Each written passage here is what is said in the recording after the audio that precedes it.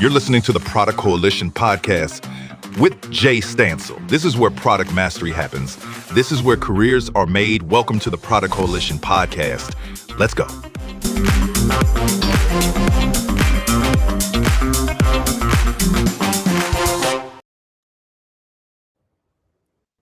Welcome back to the Product Coalition podcast. I am Jay Stansel, your host, and today I'm really looking forward to this conversation because it hits a nerve that every product leader feels at some point. My guest today is Jürgen Dauk. Jürgen has spent nearly 30 years inside global enterprise technology companies. He's held senior leadership roles at Oracle, Avaya, OpenText, Planview, and Quadient, amongst many others. He's led international teams of over 160 people, managed full P&L responsibility across multiple regions, and worked shoulder to shoulder with executives navigating complex transformation initiatives. Now, Jürgen is also the author of the Leadership Operating System and currently advises a US-based software startup on scaling their go-to-market strategy. But here is what makes this conversation different today that Jürgen and I are going to have. Jürgen does not just talk about growth in theory. He's lived inside the machine. He's watched firsthand how companies lose speed the bigger they get because of how decisions get made. So what starts as alignment often becomes friction. Layers build within inside businesses. And suddenly the team that used to ship fast is now stuck in a cycle of meetings, approvals, and second guessing each other's decisions. So today we're going to dig into three specific threads. First, where the decision bottlenecks actually emerge in product organizations and why most leaders do not see them until it's too late. Secondly, why the alignment structure companies build to stay coordinated often backfires, and that creates the very friction they were designed to prevent. And third, what product leaders can practically do to redesign decision making so teams move faster without losing clarity. Jürgen, I'm so excited to get into this topic today. It means a lot to me, always has done throughout my career, and I'm sure for many others. Thank you for joining me today on the show. Well, thanks for having me, Jay. Good morning, and really excited to be on your show. Jürgen, before we get into some of the specifics around losing speed, I'm keen to firstly know, why is this such a passion pain point for you? Why do you enjoy looking at this problem space of why companies lose speed? Yeah, very good question. So when I started my career, I started in a startup-like company locally here in Germany. They were inventing and producing hardware and software for a very specific market. Initially to finance my studies at university, and later on I stayed at the company for almost 12 years. And so the company grew, right? And what we had when we started, we were around, I would say, just shy of 30 people when I first joined the company. Everything was very agile and naturally, right? So we would exchange viewpoints. You would have sales, marketing, software engineers all being together. And that made conversations quite easy, and everybody was on the same page automatically. And not only information flew naturally around, but also decision-making appeared to be natural because, things were discussed, everybody could come up with an idea, and then it was discussed amongst different, subject matter experts, and then we came to a conclusion, and that felt more natural. So when I saw that company growing, I saw, as you said, I saw it to become slower. So new management practices were put in place, and you could see the distance between the different functions in the organization were was simply growing between sales, marketing, product management, development, and it a classical hierarchical structure was implemented, and this is where I see it so often die. And then after leaving that company, I worked for some of the largest tech companies, such as Oracle and OpenText. And what I saw again was I worked mainly in middle management or upper management. And I saw the same thing. So what was supposed to be a matrix organization in reality was, as in many companies, a classical command and control siloed organization. So information wouldn't flow really. Instead of trusting the people and asking people what they think, information was limited and decision was ultimately made at the top. And there was no real working together. And it was the opposite, there were KPIs for specific functions. And, nobody was tracked against the overall progress or the overall good of the company. So you would find the development team just measured on outputs in their area. Then you would have the sales team just being measured on how many deals do you close, what's your forecast accuracy. But it didn't seem like one whole company or unit. And I personally felt a lot of pain in that, because there was high expectation and pressure on me to deliver whatever, in that case, outcome was expected. But I felt quite limited in my influence that I can take on that. And I felt like I also had to make decisions without knowing every in and out of an area, right? And this is why so first I became frustrated about it, being in the middle, being squeezed out, and having the feeling like there's a lot of theater played around and a lot of alignment meetings without getting things done. And then I got passionate because I saw other models that seemed to be working better and seemed to be closer to what I saw in this first company when it was still a startup company. And this is what I got really passionate about in the last few years. Nice. So there was this moment in your career where you had a moment and realized this is broken. This can't be what it should be forever, and I want to go on a mission and solve this problem for companies. As part of that realization, then, what was your personal first step to understanding better ways that companies could operate before you went out and started applying change? Yeah.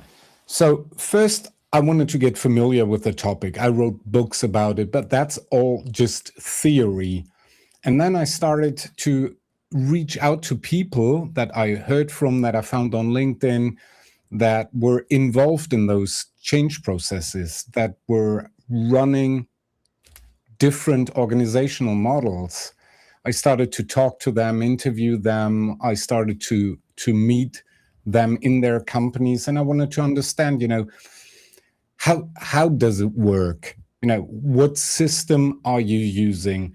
But I also wanted to know, we all know theory sounds great, but what are you struggling with? What are the biggest hurdles to overcome when moving to such systems? And I found that fascinating. One thing that came up that surprised me a bit was I was talking to a transformation leader that led the transformation in, I believe, 4 or 5 Spanish companies, right? And I asked him, what was the biggest thing for you to make those transformations successful, to make sure they're not failing. And the surprising thing was, he was saying, we had to first change how people view people and the world. So that sounds like a very cultural starting point. Yeah, and it sounded a bit like philosophical to me, but I asked him, what do you mean by that? And he said, look, in traditional organizations, the view of the world and the perception of employees is they are lazy. If we don't control them, they can't be trusted, and they would never make the best decisions. So this is the worldview. And, to counter that, you need very clear rules.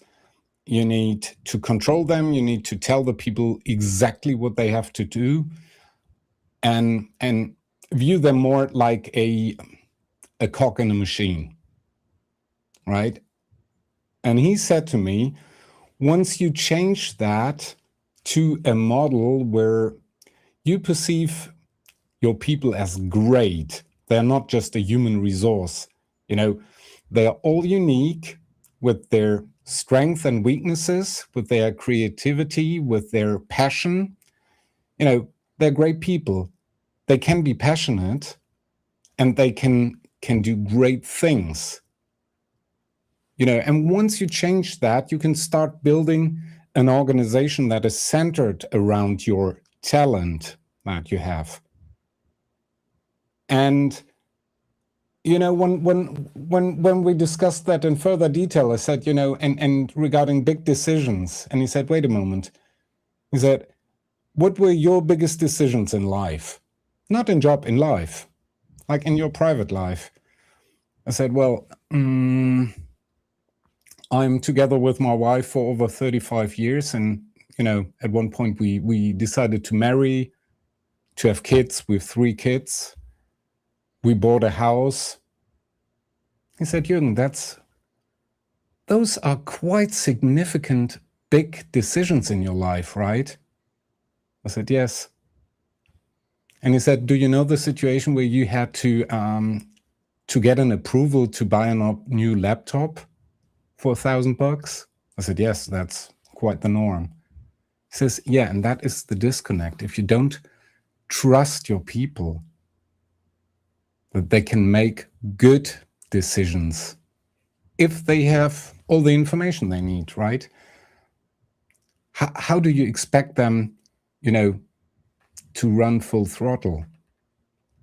Okay, so when you've been looking at the landscape and obviously different industries, but you obviously across particularly Europe and the US in your exposure, can I ask Jürgen, to get us going, in aggregate, is it culture is the number one reason that teams tend to slow down as companies grow? Or is it overhiring? Or is it wrong CEO for the next phase of the business? Like, what is the most common reason if we had to sort of force rank something to the top here? Yeah, for me, it's the old classical command and control system. We've built systems where nobody can flourish, really, where neither information flows at speed, where control and command is top down. And those systems were, invented and implemented at a time where markets were very stable, where, the speed of change was not like what it is today. You would build a car, and like if you look at Ford Motor Company, right? I mean, it was all about optimizing the flow, which was a great innovation at that time, right? And then Toyota came with a different system to pull stuff in instead of those rigorous planning. I think what we're seeing today is the speed of change is something we never had before, and it will only increase with AI, right? And then you see world crisis, you see new tax regulations, markets changing quickly. And the systems that we have built are not made for quickly changing markets. They're made for stable markets. And they are not centered around human brilliance, right? They were just made for stable markets where you need workers that do what some geniuses at the top would tell them to do. Nice. Yeah, the old world was incremental improvements, and from a product management perspective, my backlog is typically incremental, evolutionary, and then revolutionary. And so it helps me think about the risk of the bets. Now, back in the day, change was expensive and experimentation was expensive when we think back to those factory concepts. But obviously, with software, it's got incredibly cheaper, and now with agentic tooling combined with software, it's got even cheaper still. When it comes to the mindset shift, that change is not expensive if you get it wrong, and there could be a good upside by getting it wrong because you'll learn something. And experimentation to work out what the right change is no longer expensive, particularly in the software world. What does it look like to leaders that you're working with on how you seed this change of mindset so that they are now open to alternatives? And what are those alternatives? So the alternatives that I'm seeing is that you're moving away from this classical structure and have cross-functional, more agile teams, right? And that you remove the hierarchy. And if you work cross-functionally, just imagine you have developers, product managers, but also sales and marketing, talking directly to each other. And really asking, I mean, we have all the data about customer behavior and ideal customer profile, but it makes a whole different world if you're talking to the customer actually. And, just imagine, in product management, your whole reality is based on data. And, I've spoken to my last chief product officer I worked with, and she was brilliant, but she didn't have the time and resource for anybody to really visit enough customers. So there was a lot of money spent on a data lake project, on gathering information, but it was never verified. And the people who actually talked to the customer were in sales, in customer success, but there was no real linkage between those departments actually talking to customers and marketing, who were trying to address ideal customer profiles, and product management and development. So I've seen a number of cases where, based on data, what was designed as new features and new improvements seemed to be right, but customer acceptance wasn't that great. Okay. I want to bring the conversation back to the word you used earlier, which was theatre. I think that's a really important point to touch on, because continue with that scenario of a CPO getting out and talking to more customers.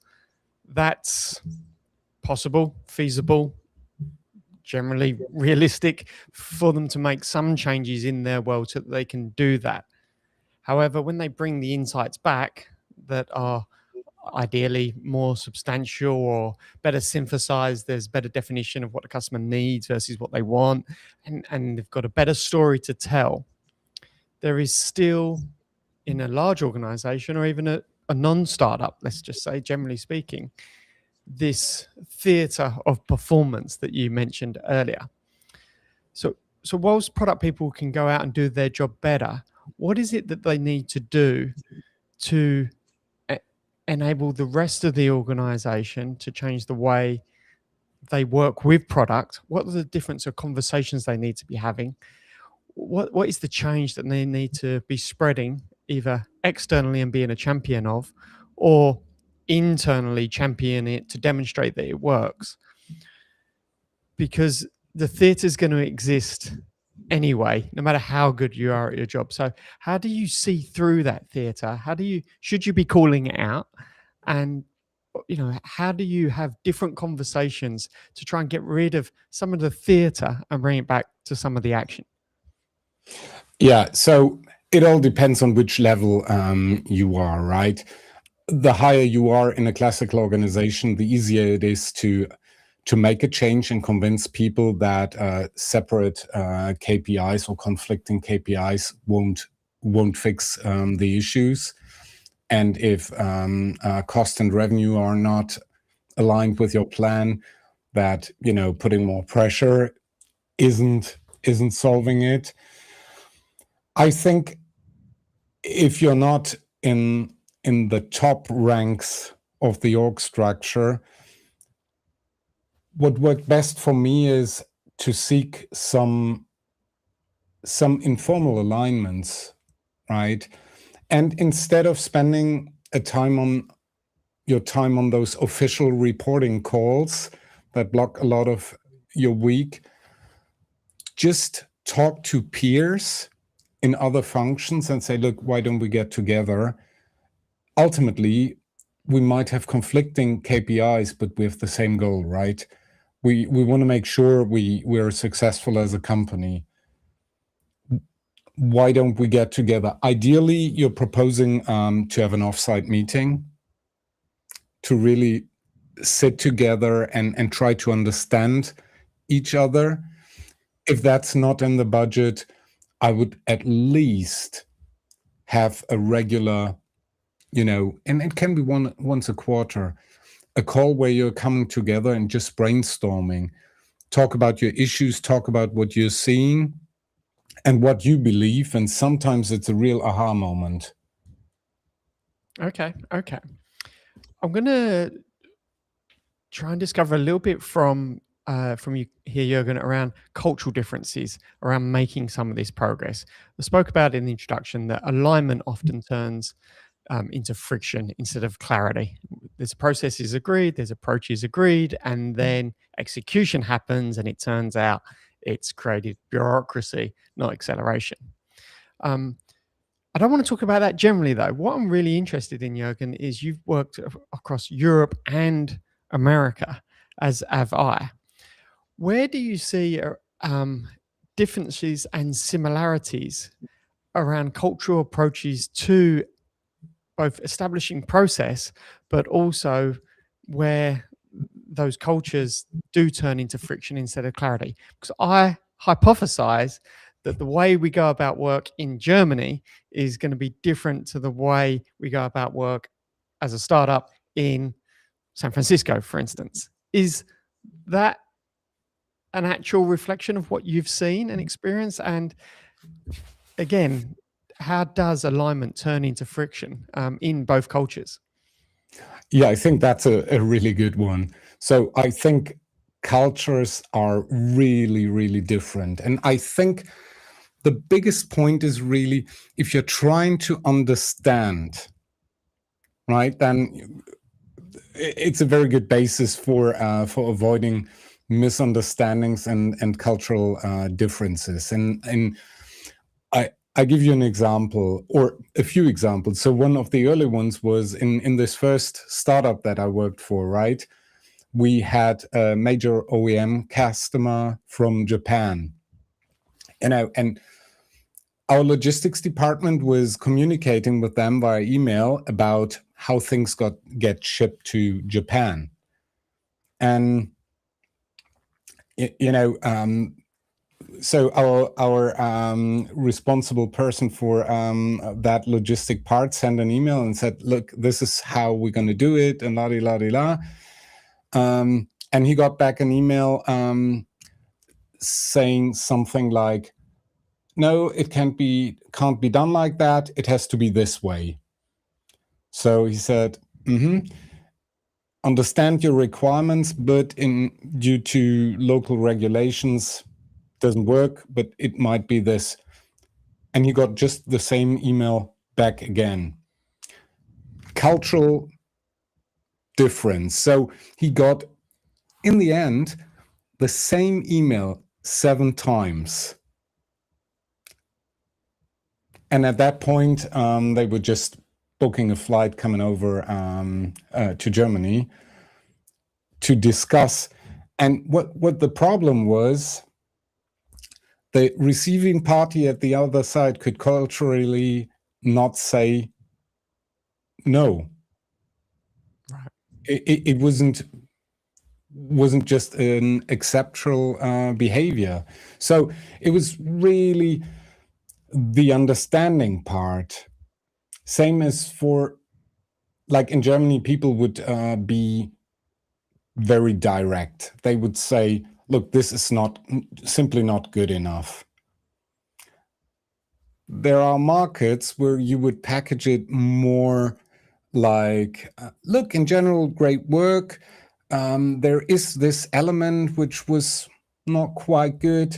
And I've seen that in discussions where somebody sitting in Europe was saying, well, that went quite well. So everything was, every feedback was positive, and there was just this minor thing.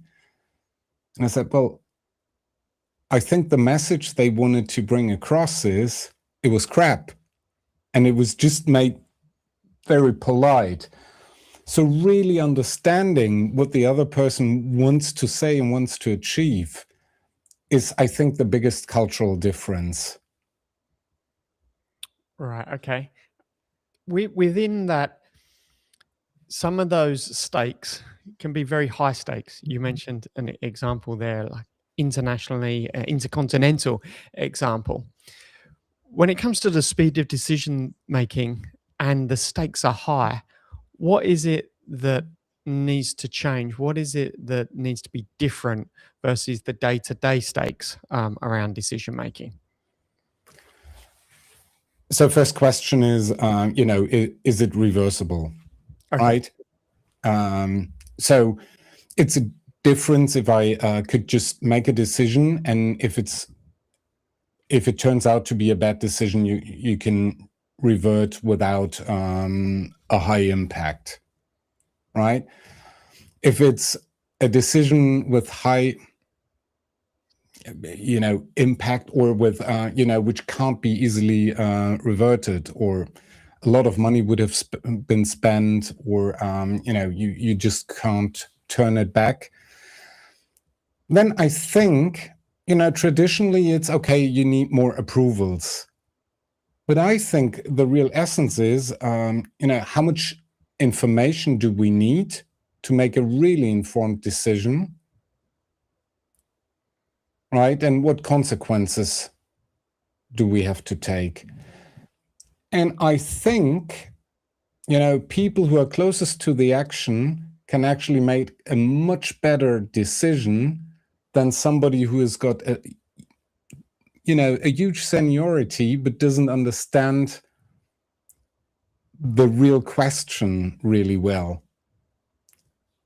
So for me, it's not so much about the seniority, really, and you can consult people, but the decision ideally has to be made by somebody who really understands the topic.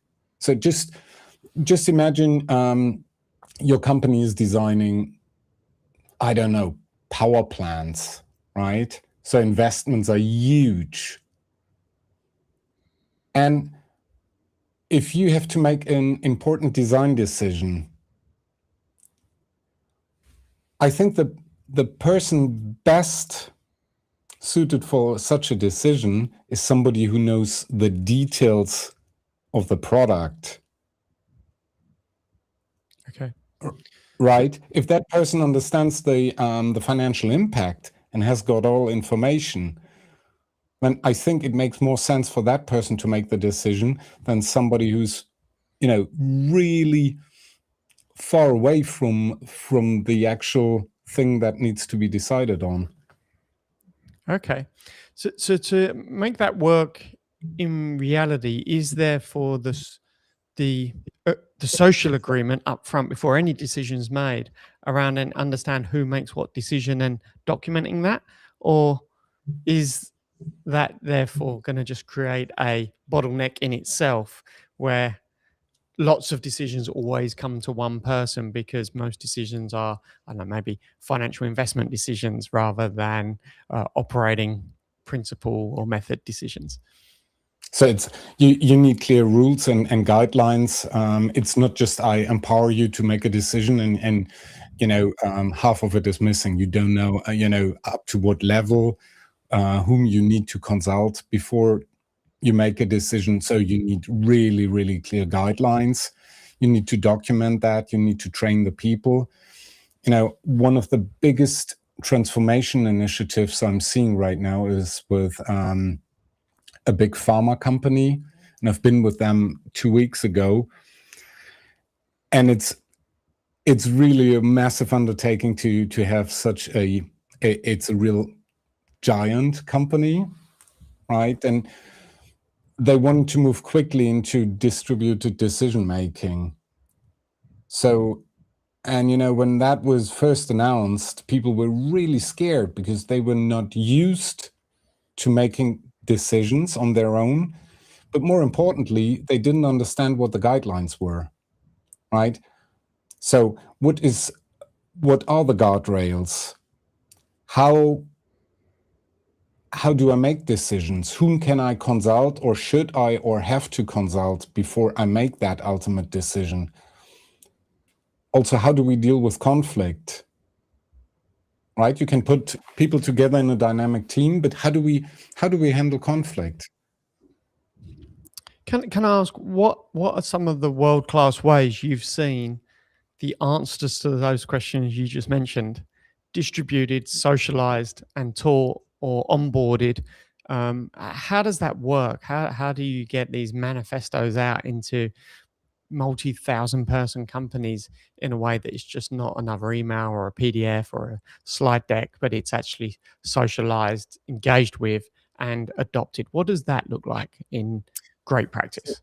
So the bigger the company is, I would, from what I've seen, say the better it is to start in one area and to have a strong supporting team that works with that area. And what does it mean is the team where you're starting needs to be part of setting up those guardrails, right? They need to be on board. They need to be part of developing a manifesto on how we deal with conflict, right?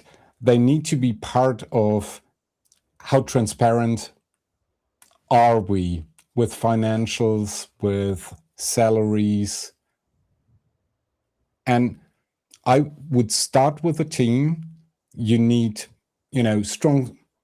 strong supporters in that team that really say, okay, a lot of uncertainty, but we're up for that. It's not only that it's needed, but we are actually interested and want to drive that change.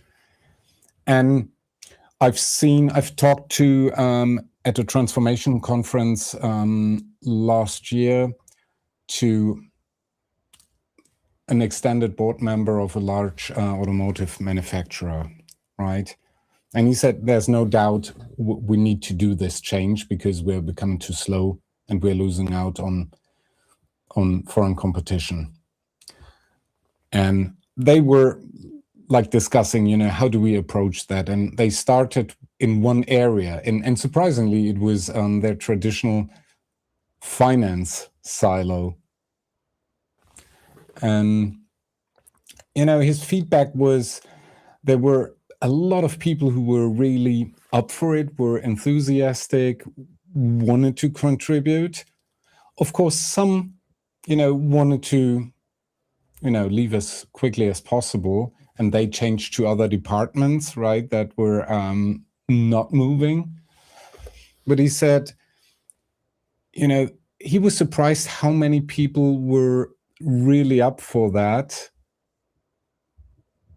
although they were scared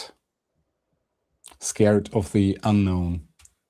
Okay, so this comes back to like sort of psychological safety that can often represent culture.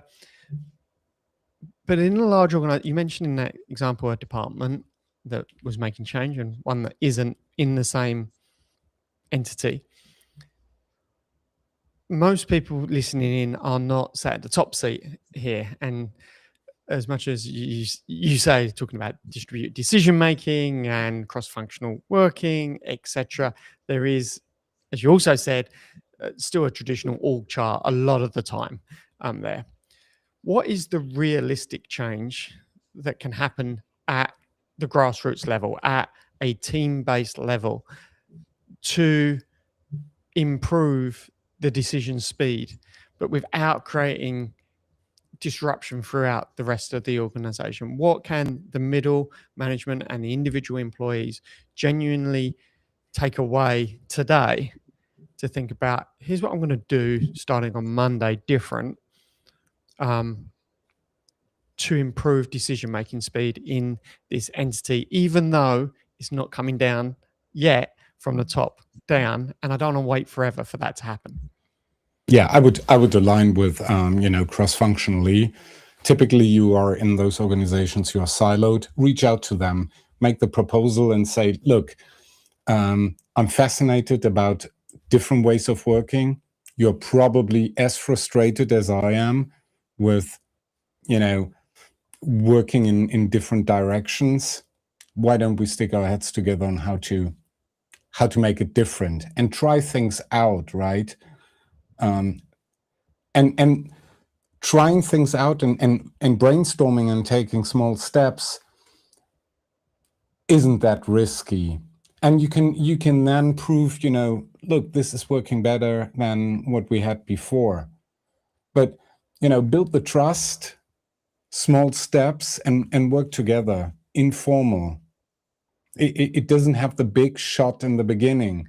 But if you want to convince higher management, it's really start at your level with your peers, get them on the table, and just brainstorm. How could we do better together instead of having those big alignment calls and everything? How could that be done easier?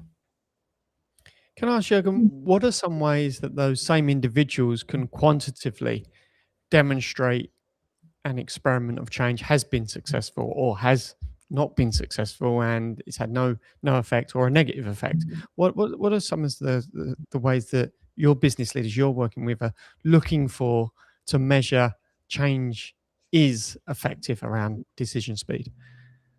Yeah, I mean, there are two elements, right? One is if you just look at what is measured today, which is, on the sales side, it's revenue, customer success, it's churn. In development, you have flow time, flow velocity, right? But that is not a combined outcome. I think, if you're starting to do that and just measuring, did my flow velocity in development increase? No, it's not about that. But you could measure customer feedback and, customer happiness, net promoter score on new stuff that you're bringing out, new features, new functionality, and see, is there a difference by working together? And same, like if you look at marketing, there probably, if you talk about conversion rates, does it make a difference if I understand my customer better and get more and quicker feedback if I talk to sales? Those are elements where you can measure outcomes. But I would also track another thing. I would ask employees, how do you feel? is do you feel more empowered? Do you feel more part of the whole thing? You know, are you more motivated? Does it change anything? So if you give people more decision power and have them being more involved, does it change their attitude? Nice. And from my experience, this is where you see the quickest change. Okay, and so in those large organizations that typically got culture surveys that HR teams are operating and running, employee net promoter score, and those types of things as well. I can imagine if I'm in middle management in a large organization, asking people how they feel about the organization, how it's making decision making, could be perceived as the start of almost a mutiny. Someone down on the ship floor is trying to work out how happy the crew are and wanting to make change. So how do people go about that socially in a way that doesn't come across that you're trying to create a revolution from the bottom down?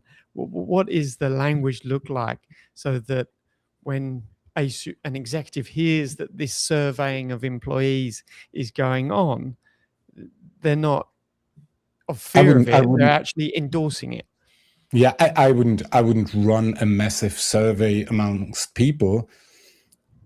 I would talk to the people that are in my department, that are in further departments. I would simply ask them, right? Do you feel a difference? Does it help? What are we missing? Those things. I think if you're asking those questions, you don't need a big survey, right? If you as a manager just ask your team, what do you think about this? How do you feel? Does it help you? Or where are you struggling? What are you missing? What am I missing? What are we missing? Nice. An observation I've got right now, Jürgen, is that when I think about my time in software over the last 30 years, is when it comes to making process, procedure, or in this instance, really, it's a cultural change as well in an organization.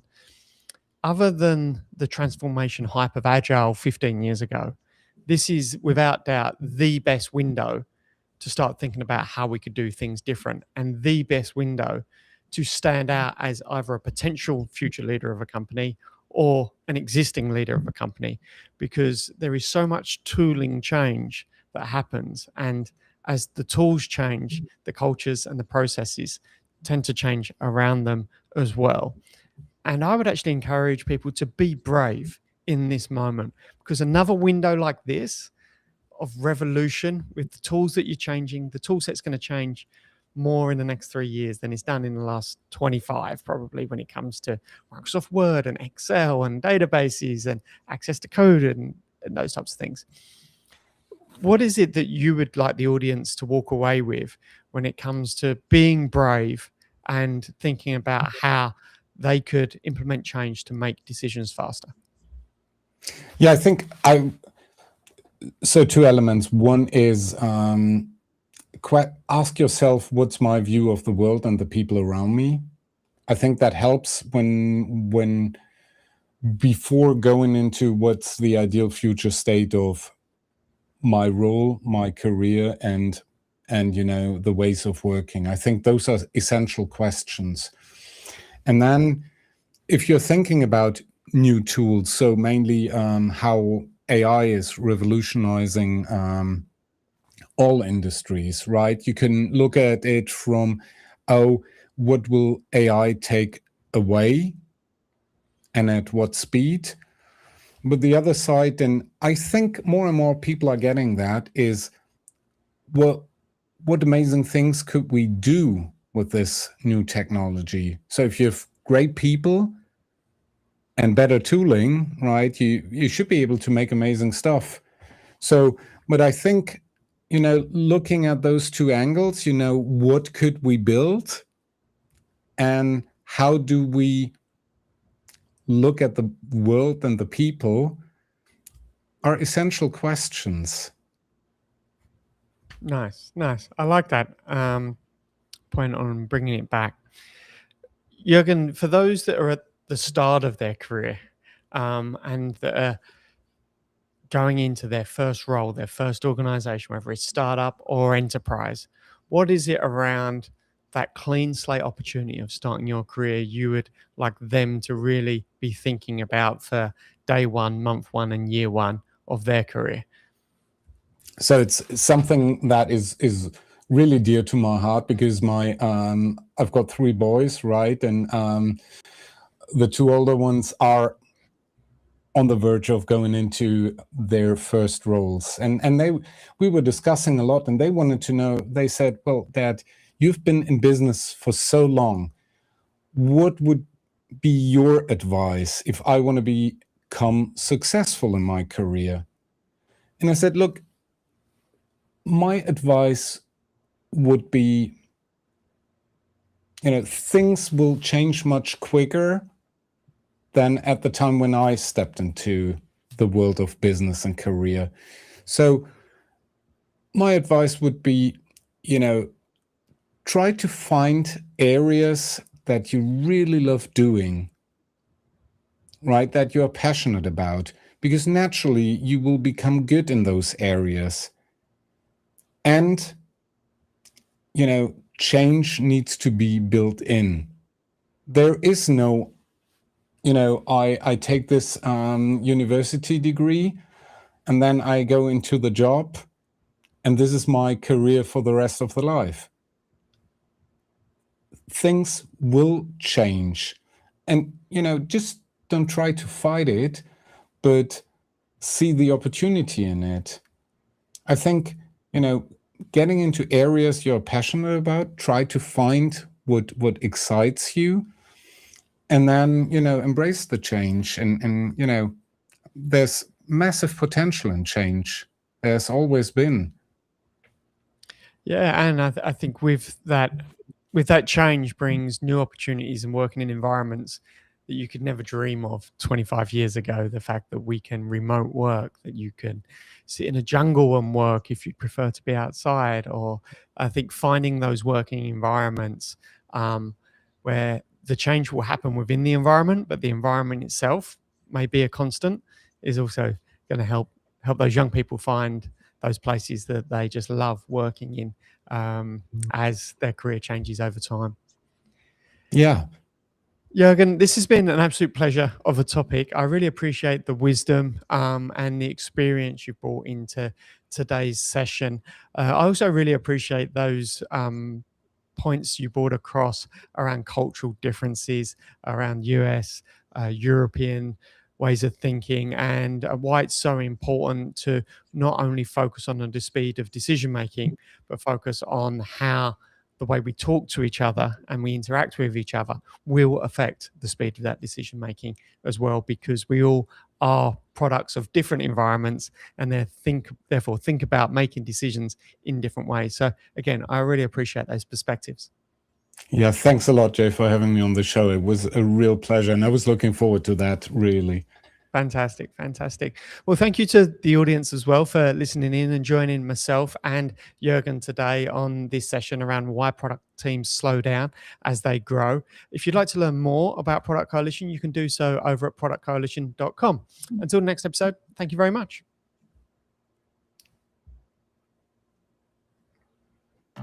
And that's a wrap for today's episode of the Product Coalition podcast, hosted by Jay Stansel. Got questions or want to explore more topics? Connect with Jay on LinkedIn or join the ever-growing Product Coalition community on Substack. Thanks for listening.